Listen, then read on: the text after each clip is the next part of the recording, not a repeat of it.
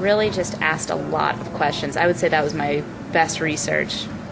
But the most intense research I've ever done was for the novel I'm currently working on, in theory. Was working on before book tour started, which is a novel about transformation through loss. It's set at a weight loss camp. And I worked at a weight loss camp for 10 weeks a couple summers ago. So that was the most hands-on research I've ever done.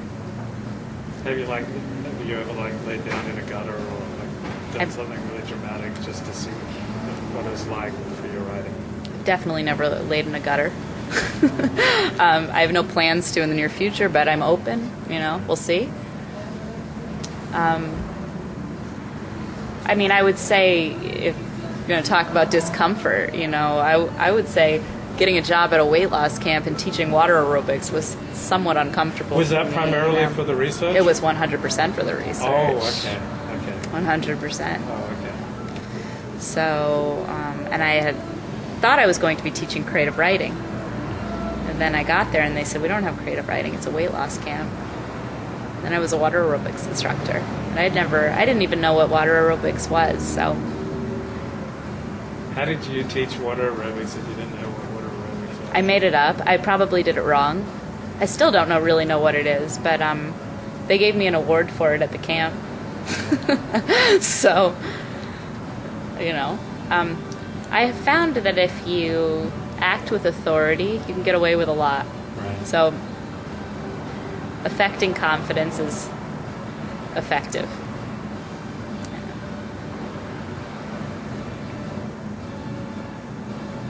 Have you had any relationships primarily for the writing? Your writing? Definitely.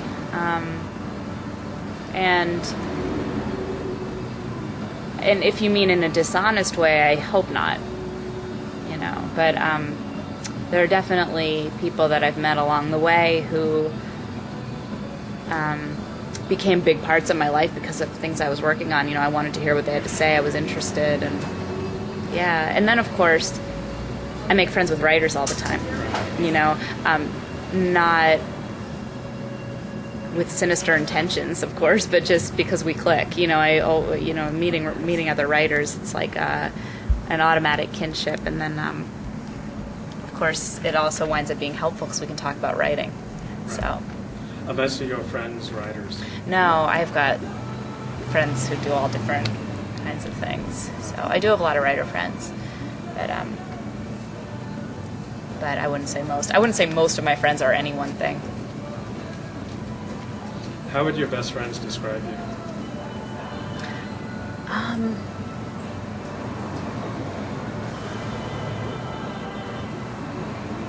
Loyal and hardworking.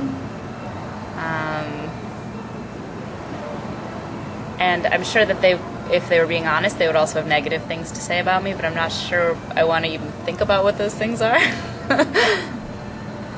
How would your friends describe you? Close people to you. Cynical, sarcastic.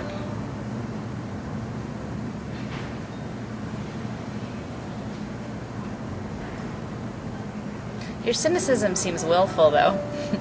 Yeah. Cynical, sarcastic.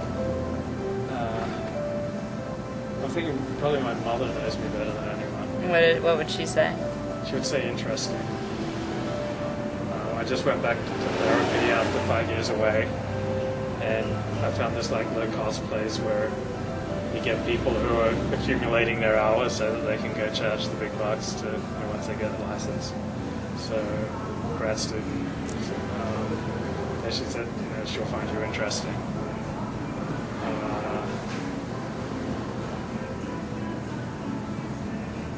Disciplined. I find a lot of things that people would cry about I find funny. Honestly, or honestly, yeah. Willfully? Well, it doesn't mean I also don't think they're sad, but I would laugh. Why? I don't know. That's just an emotional reaction. I don't contrive a laugh. But like I think of people who want to reform me, and they're like really sweet people, like really good people, like very good Orthodox Jews. What do I they love. want? What do they want to reform you to? Well, they want to save me. They want you to be more observant. Yeah, not so like cruel in my writing. Be like shomer mitzvot, and not like clean up my act, not be so cruel in my writing, and that makes me laugh. It's like it's a really pure place that they're coming from, but it strikes me as funny. Their earnestness, Yeah. or their failure to see, to not see it in black and white, or what?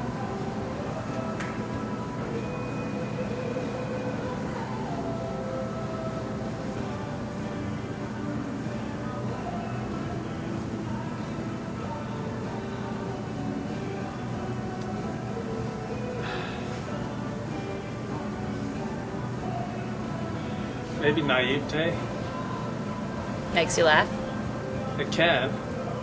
Like I'm a bit of a shark. So So when I'm around guppies, sometimes it makes me laugh. because of how easily you could eat them. Maybe, or it just makes me They laugh. don't know how close they're swimming to sharp teeth. Right. I can't remember I was in Israel, Jewish Federation. This feels like a scene in a horror movie and you're about to kill me. Is that what's happening? I'm glad we're close to the bookstore I'm reading in. Now you see where Amy Klein was coming from, don't you? I love to lambast myself. I just love to dissect myself in the most cruel ways. I remember I was in Israel on a Jewish Federation singles tour, and we were at a shelter for battered women, and this ardent feminist got up and said, like, some men in Israel think that by beating their wife, they're showing that they love her. And I burst out laughing.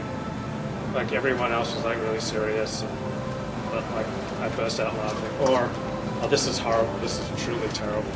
I am a very bad man. I heard Steve Allen lecture, and he was talking about Howard Stern and his negative effect on the culture. And he used, for example, how Howard Stern said during the Columbine shootings, like, you'd think that these guys would at least have sex with the women before they killed them. Like, I burst out laughing. Like, you know, the whole room is a whole. But that doesn't really make you so unique, because most people laughed when Howard Stern said that, and a few got offended. Okay, right. Because I guess people I are was in a used room, to Howard yeah. Stern. You were in a room full of people who wouldn't find that funny, but... Yeah. But I remember, like, this woman telling me about a very painful childhood. Like, she had to pick cotton or something, and I like broke out laughing.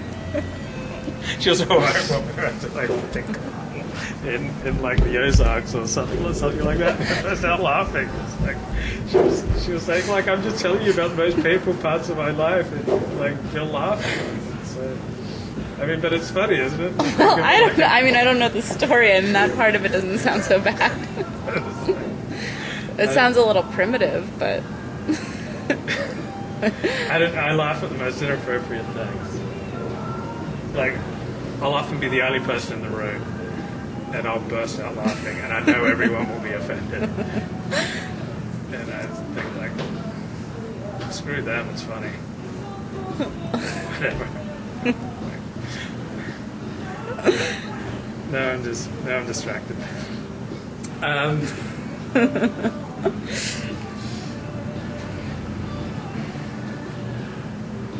Your sentences strike me as really unostentatious. Thank you. Like, they're just very real. They're not... Right? Yeah, I mean, a lot of people are telling me that I write the way I talk, which I think is true, but it does... I do edit. Oh, yeah, of you know, so... But I do like the natural sounding sentences. Actually, you mentioned J.D. Salinger.